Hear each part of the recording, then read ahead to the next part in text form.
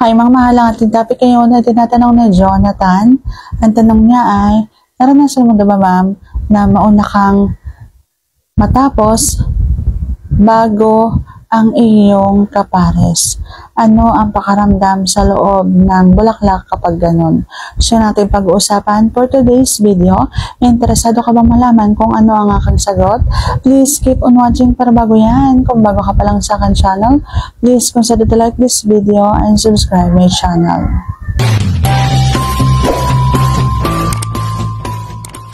Ang sagot ay sobrang masarap, lalo na sa pangalawa, pangatlo, pang-apat. Sobrang masarap na yan.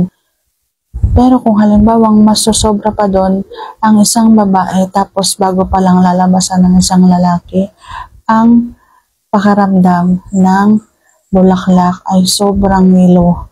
Alam mo yung kiliting-kiliti ka na pero patuloy pang nilalagari yung butas ng iyong bulaklak. So, ganun yung pakaramdam. Sobrang nilo, sobrang kiliting-kiliti. Hindi mo kakayanin kapag halimbawang masarap na masarap talaga yung pinapadama ng asawa mo.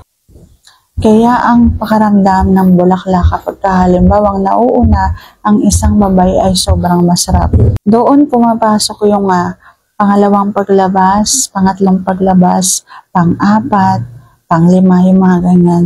Kaya nga nagkakaroon ng sunod-sunod na paglabas ang isang babae kapag halimbawang hindi pa natatapos ang isang lalaki. Pero ayun nga, ang pakaramdam. Ang tinatanong mo sa akin ay yung pakaramdam.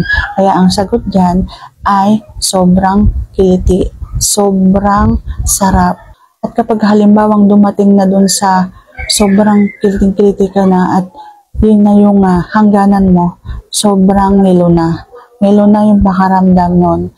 Yung sarap at kiliti nagsasama na parang patuloy pa rin nilalagari, kaya nilo na. Kaya yung iba, nagkakamali sila, akala nila nasasaktan na sila, pero nilo po ang tawag doon. Nangingilo na, sobrang nilo na. Kaya pinapatigil mo na. Ganun po.